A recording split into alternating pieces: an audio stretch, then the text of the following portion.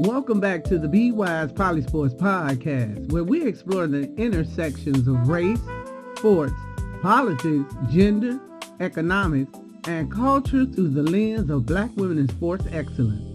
I'm your host, Political Leo, and today we continue our urban sports culture series with episode 2, The Politics of Culture, Who Controls the Narrative.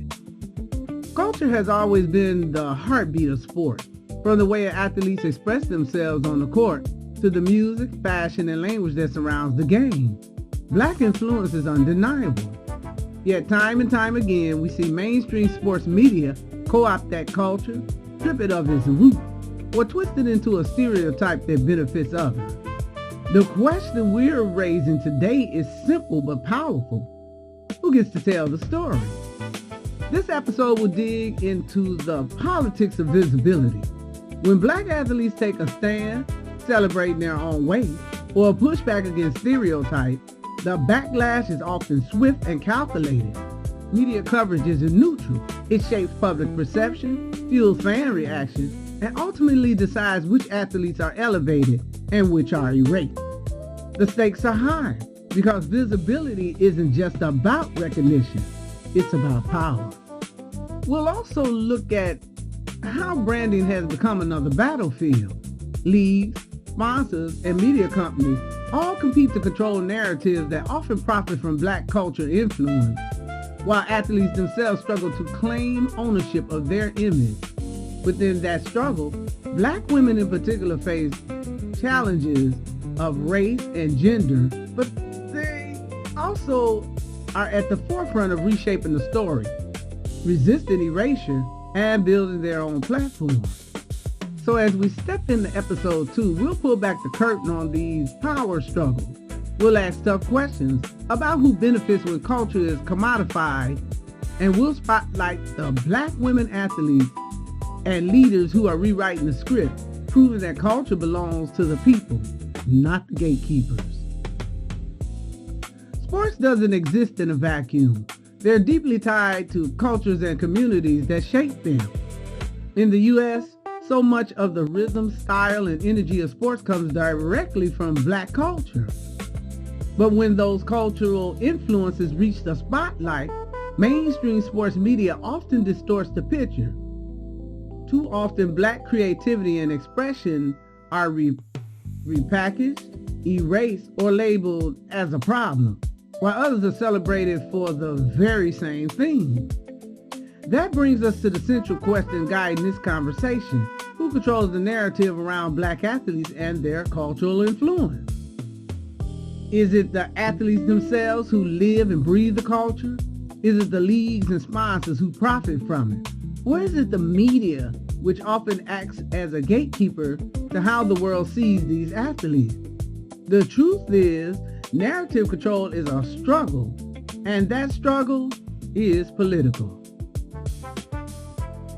At the heart of this episode, we'll be looking at how Black women in sports are challenging these narratives head on. They face stereotypes that paint them as angry, aggressive, or unmarketable. Yet they continue to break barriers, redefine their image, and claim space in an industry that hasn't always wanted to see them fully.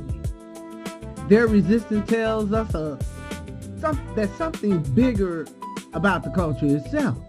That no matter how hard the gatekeepers try to control the story, the people creating the culture will always find a way to speak for themselves. When we talk about media representation, we're really talking about who gets to shape the lens through which fans see the game. Too often that lens is distorted reality of Black athletes. Media narratives tend to lean on stereotypes, framing Black players as too aggressive, too flashy, or even uncoachable, while similar traits in white athletes are praised as competitive fire, confidence, or innovation. The double standard is clear, and it's being reinforced across decades of sports coverage. One of the clearest examples of this is in the way celebrations are portrayed. When Black athletes dance after a big play, flex after a block, or bring cultural expression from their communities into the spotlight, it's often labeled as showboating or unsportsmanlike. Yet when white athletes adopt the very same gestures or slang, suddenly it's celebrated as quirky, fun, and marketable. That's cultural co-optation in real time, stripping the meaning from black culture and repackaging it for wider acceptance. This erasure also plays out in how stories are framed. We've seen entire narratives about league growth or fan engagement centered on a single white player, even in a sport where black athletes are the dominant force on the court and in the culture. Instead of amplifying the broader history of black influence, the media often rewrites the story to make whiteness the central reference point. That doesn't just minimize contributions, it rewires public perception of who really drives the game forward. The consequences of this kind of coverage are huge. Fans build their opinions and biases around what they hear and see in the media. When the coverage of black athletes is framed through stereotypes, it influences how fans interact with them. From online criticism to hostile in-arena treatment. On the flip side, when media erases black contributions and elevates others, it shapes which athletes are seen as the faces of the league and who gets left in the shadows. And then there's the business side. Sponsorships and endorsements are directly tied to public image. A white athlete framed as a superstar gets multi-million-dollar brand deals, while a black athlete with similar or greater accomplishments can be sidelined, labeled as polarizing, or too controversial for mainstream campaigns. The media becomes the middleman in branding power, quietly shaping who corporations see as safe to invest in. We don't have to look far for examples. In the 2024 WNBA season gave us a perfect case study. Black athletes dominated on the court, broke records, and built culture, yet media coverage overwhelmingly centered on a single white rookie. Meanwhile, players like Asia Wilson and Angel Reese had to remind the world through their own platform that their dominance and influence couldn't be ignored.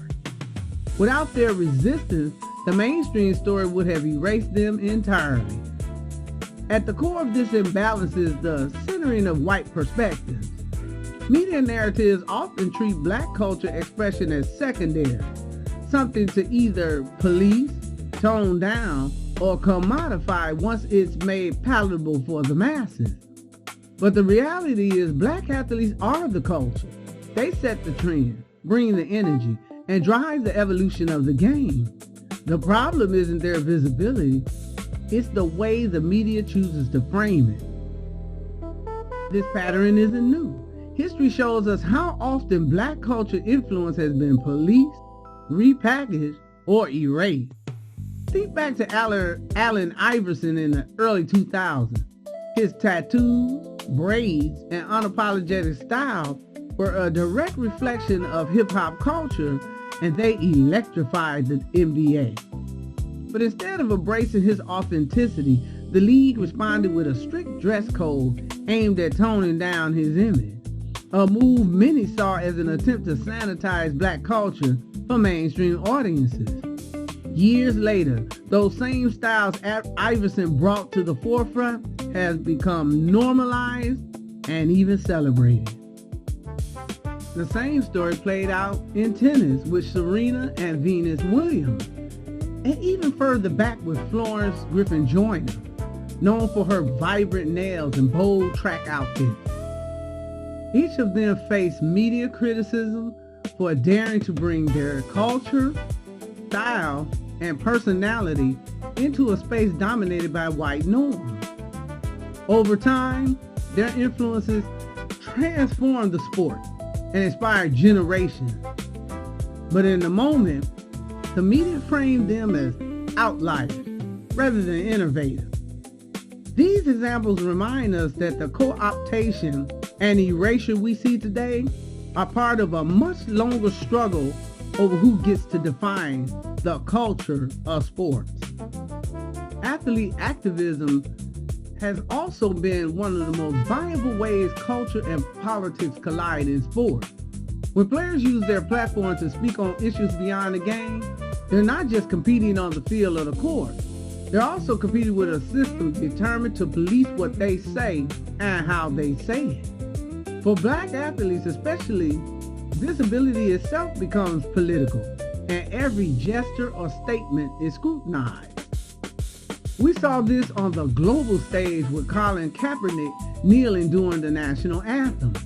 His quiet protest against police brutality turned into a national firestorm, with media outlets and political leaders vilifying him more than addressing the injustice he was calling out.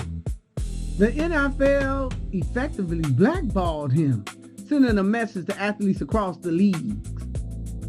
Speak out at your own risk. That moment crystallized how activism in sports is punished when it threatens dominant narratives. Black women athletes, though, face an even sharper double standard. Take the WNBA players have been some of the most politically active in sports. From supporting Black Lives Matter to openly challenging owners with racist and discriminatory views. Yet their activism is often minimized or ignored by mainstream media. When these women risk their careers to demand justice, they rarely get the coverage or recognition their male counterparts do. A silence that is itself political. Consider the 2020 WNBA season when players wore Vote Warnock shirts in protest against then owner Kelly Loeffler, who publicly opposed the Black Lives Matter movement. That bold stance didn't just bring national attention, it helped turn a Senate race. Still, the way the media covered it often downplayed the power of their organizing, framing it as a side note rather than a centerpiece of athlete-driven political change.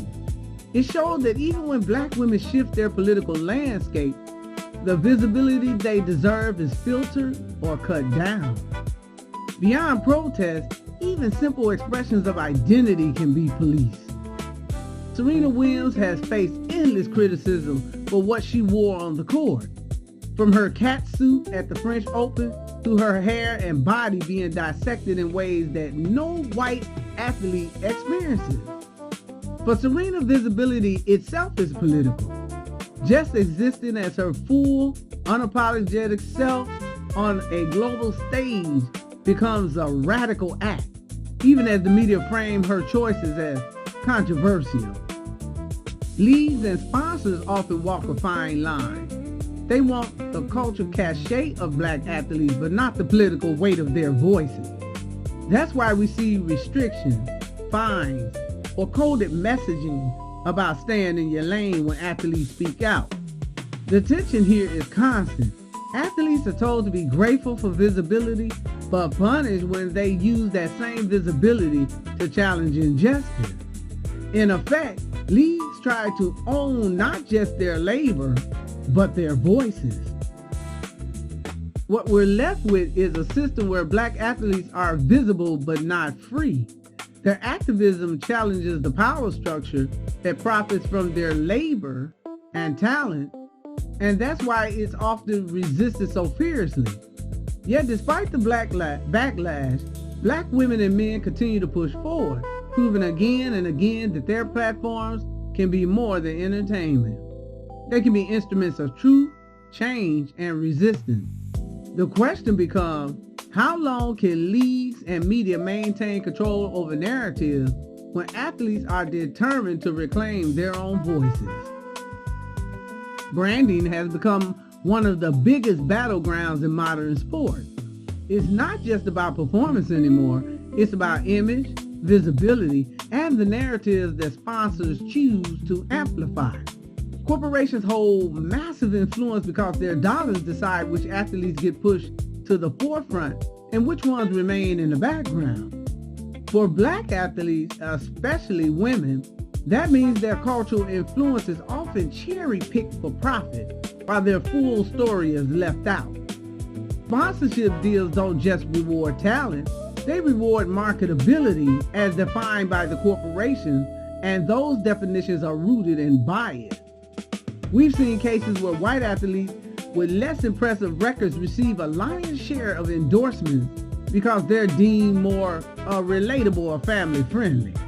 Meanwhile, black athletes who dominate their sport can be overlooked, dismissed as too controversial, or only endorsed when their image can be sanitized and stripped of its cultural roots. Take A'ja Wilson, for example. Despite being one of the most dominant players in the WNBA and a multi-time MVP, her journey to major sponsorship was much slower compared to some of her peers. It took relentless advocacy from fans and her own self-branding on social media to push corporations to recognize what should have been obvious. She's not just a great player, she's a cultural force. Her partnerships with Nike, Gatorade, and CarMax now reflect her authenticity. But it didn't come without an uphill battle of demanding recognition in a system that wasn't built for her. Contrast that with cases of exploitation. Black athletes' style, language, and cultural expression often fuel trends that companies monetize without proper credit. Fashion and sneaker culture, heavily influenced by black athletes for decades, has generated billions for corporations, yet many of the originators never see their fair share. The athlete becomes the face of a product, but not the owner of the narrative or the profit. That dynamic mirrors a larger problem of culture being consumed but not respected. There are, however, growing examples of empowerment. Athletes like Serena Williams and Naomi Osaka have built brands that align with their identities and values, extending into fashion, business, and activism. Serena in particular has flipped the script by becoming an investor and entrepreneur, creating her own clothing line and a venture capitalist firm that invests in women and people of color.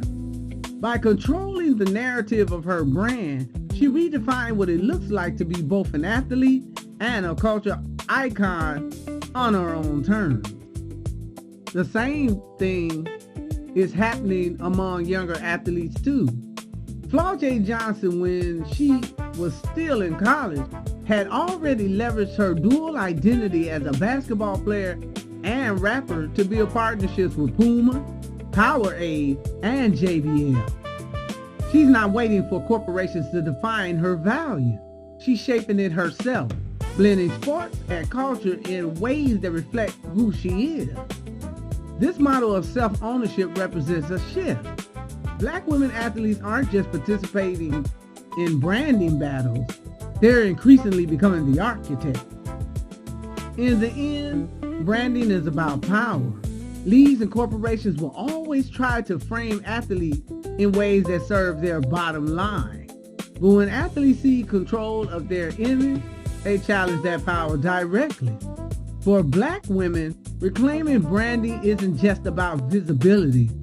It's about rewriting the rules of profit, influence, and respect in a system that has too often taken their culture without giving them credit in return. Black women in sports are not only competing on the court, field, or track, they are actively reshaping the narratives that once confined them. For decades, stereotypes painted Black women as either over-aggressive or invisible in mainstream coverage. But today's athletes, executives, and media figures are flipping that script. By demanding agency over their stories, they are setting new standards for representation that honors both their excellence and complexity. Take Serena and Venus Williams, for example. Their legacy as trailblazers in tennis extends beyond championships. They redefined what power, fashion, and individuality look like in a predominantly white sport. Serena's unapologetic embrace of her body, motherhood, and advocacy for pay equity directly challenged the media's attempt to box her into caricature. This legacy has paved the way for younger athletes like Coco Gauff, who now uses her spotlight to speak confidently on issues of race, gender, and justice without apology. In basketball, Dawn Staley has reshaped what leadership looks like from the sideline. As head coach at South Carolina, she's not only winning championships, but also represents Black women's authority in a space often dominated by white men. Her boldness in speaking against inequities, whether it's gender disparities in NCAA tournaments or the coded criticism of her predominantly Black team's playing style, shows how reshaping the narrative also means refusing silence. Contemporary disruptors like Angel Reese and Asia Wilson demonstrate how branding, culture, and resistance intersect. Reese, often criticized for her confidence and in-your-face celebrational style, has reframed those critiques into empowerment, aligning herself with endorsements that amplify her authenticity rather than water it down. Wilson, meanwhile, continues to lead the WNBA both as an MVP and as a visible advocate for respect and equality, appearing on magazine covers and using her influence to normalize Black women's dominance in sport. Outside the playing arena, media voices like Jamil Hill and Taylor Rook have created spaces for nuanced coverage of Black athletes. Their work dismantles the lazy stereotypes of mainstream reporting, offering depth and cultural context that amplifies stories often left on the margin. By occupying these media spaces, they remind audience that reshaping the narrative also means reshaping the storytellers themselves. The intersection of race, gender, and media has always created additional layers of struggle for Black women, but it's also created unique power. Figures like Cheryl Miller or Lisa Leslie laid the groundwork, battling erasure in an era with limited visibility. Today's disruptors build on that foundation with resources of modern media, NIL deals, and social platforms, ensuring they control their image rather than having it defined by outsiders. Ultimately, the impact of Black women reshaping the narrative reverberates far beyond sport. They are redefining what excellence, leadership, and marketability look like, forcing fans, sponsors, and media to expand their vision. In doing so, they are not only altering how audiences see Black women athletes, but also opening doors for the next generation to step into spaces with fewer barriers and greater power to tell their own stories. Fan perception has never been shaped in a vacuum. It is directly tied to the stories and images crafted by media. When coverage paints Black athletes as angry or ungrateful, those narratives blend into the stands, shaping how fans cheer, criticize, or dismiss them. The ripple effect is powerful. Biased media not only influences casual fans, but also cements stereotypes in public discourse, creating barriers for athletes who are simply trying to compete and express themselves authentically. Social media has complicated and in many ways disrupted the dynamic. Platforms like Twitter, TikTok, and Instagram give athletes the ability to bypass traditional media filters and speak directly to fans. Angel Reese's embrace of her Bayou Barbie persona, for example, turned a media critique into a rallying cry of empowerment, amplified by millions online. Instead of shrinking under the negative coverage, she leveraged social platforms to build her own narrative, proving that athletes don't have to be silent or sidelined in the court of public opinion. Fans themselves have also become central players in shaping cultural discourse. Hashtags and viral campaigns like hashtag Black Lives Matter in sports or hashtag PayWNBA have challenged leagues and media outlets to reckon with these inequities. These moments illustrate how fandom can transform from passive consumption into active resistance. When fans circulate clips, highlight biases, or uplift overlooked athletes, they are participating to participate in a counter-narrative that undermines the mainstream version of events. Yet, fans' reactions are often polarized. For every wave of support, there's a backlash steeped in the racism or sexism, particularly towards black women athletes. The intense scrutiny faced by Reese or Naomi Osaka when they asserted their humanity is a reminder that fandom itself can reproduce oppressive systems.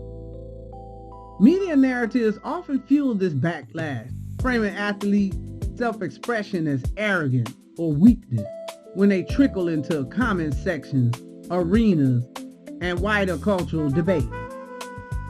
Trending moments further illustrate the tug-of-war between media and fans. When Caitlin Clark's coverage dominated headlines, fans on social media began pointing out the erasure of black athletes who were breaking records at the same time. This fan-led critique forced a broader conversation about racial double standards in visibility and reminded audiences that what the media spotlight is not always the full story. Community plays a critical role in reclaiming narratives from the bottom up. Fan collectives, grassroots media outlets, and cultural commentators often provide more authentic representation of black athletes than corporate platforms. They create spaces where the brilliance, creativity, and resilience of these athletes are celebrated without distortion. In many ways, these communities serve as a connective tissue between athlete activism and public discourse, ensuring that athletes are not alone in reshaping how they are seen. Ultimately, fan perception and public discourse are battlegrounds when narratives are contested daily. While biased media still holds significant power, the rise of social platforms engaged by fan bases and grassroots communities show that the cultural conversation is no longer one-sided. Fans can now actively choose which stories to amplify, which biases to reject, and which athletes to uplift, making them co-authors of the narrative alongside the athletes themselves. At the end of the day, family, what we're seeing in fan culture is the same cultural power struggles that run through every corner of sport. The media may try to script the story, but fans now have the tools to rewrite it in real time. Social media has given rise to the kind of people's press, one that can uplift, resist, or expose. And that's the heart of this episode's question: who controls the narrative? If fans, communities, and athletes keep pushing back against biased storytelling, then the power won't sit with the gatekeepers alone. It'll belong to the people whose culture built the game in the first place. We've traveled through a powerful conversation today, one that peeled back the layers of culture, politics, and power in sport. At the center of it all lies one pressing reality. Mainstream sports media continues to co-opt, stereotype, and erase black culture influence, even as that very culture drives the energy, style, and identity of modern athletics. The dance moves, the fashion, the language, the flair, all of it springs from culture. The dance moves, the fashion, the language, the flair, all of it springs from culture, yet so often credit is denied or distorted.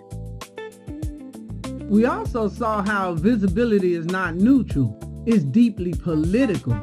When athletes step into activism or even show pride in their identity, the response is shaped by who controls the narrative. Some are praised, others vilified, and too often, black women athletes bear the heaviest weight of bias and erasure. Visibility in this sense becomes both the stage and the battlefield, where athletes fight for the right to be seen fully. Branding, too, is contested territory. Corporate sponsors and leagues want to harness the power of black athletes for profit, but not always in ways that honor or respect the culture. Yet we highlighted the flip side. Those athletes who have seized their branding power, built independent platforms, and forged partnerships on their own terms. This is more than just business. It's about who gets to profit from black creativity and influence. Through it all, Black women have been at the forefront of reshaping narratives. From trailblazers who force open doors to today's disruptors who refuse to be confined by stereotypes. They remind us that power must be reclaimed. Their stories prove that narratives don't have to remain in the hands of gatekeepers. It can be rewritten by those who live it, breathe it, and embody it every day. Finally, we looked at the role of fans and public discourse. Social media, fan campaigns, and grassroots communities are pushing back against biased coverage, amplifying athlete voices, and reclaiming cultural ownership. This tells us something vital. Control of the narrative isn't fixed, it's contested. And the question we leave with is simple but urgent. Who gets to tell the story? And what role will you play in making sure it's told right? Family, if there's one thing to take from today's episode, it's this. Culture is power, and power is never given. It's always contested. Black women athletes are not just competing on the court or the field. They're competing in a political arena of perception, branding, and representation. And every time they push back, they're not just fighting for themselves. They're fighting for the integrity of the culture that has always fueled the game. So as we close, I'll leave you with this thought. When you see biased coverage, when you hear a stereotype, or when you notice whose story is missing, ask yourself, whose voice got silent and why? And most importantly, what can you do to amplify the voices that still need to be heard? Because at the end of the day, culture belongs to the people, not the gatekeeper. Coming up in the next Urban Sports Culture series, we dive into episode 3, the economics of style, sneakers, merch, and urban branding. We'll explore how Black athletes and their culture have shaped the sneaker game, merchandise trends, and urban branding like never before. From the deals that built fortunes to the marketing battles over culture influence, we'll examine how style became a multi-billion-dollar playground and who really profits from it. Get ready to see how the stories behind sneakers, jerseys, and gear aren't just about fashion. They're about power, culture, and the ongoing struggle for recognition. You won't want to miss it. Like, share, comment, and join PoliSports Nation. Spread the word or become a member of Respect Her Game advocacy group at www.respecthergame.online and see how the stories behind sneakers, jerseys, and gear aren't just about fashion. They're about power, culture, and economics, as well as the ongoing struggle for recognition. And remember, sports are never just about the games we play, but the stories we tell and the fight for justice behind them. From youth leagues to pros, Black women athletes are navigating systems built to silence them, yet they continue to shine, resist, and lead. Until next time, keep rocking the drip, keep asking the hard questions, and keep building the future we deserve. Because here, we don't just talk the game, we change it. This is Political Lil with BWISE PoliSports Podcast, where we break down sport, culture, politics, and power through the lens too often ignored. Stay tuned, talk soon, and I'm out.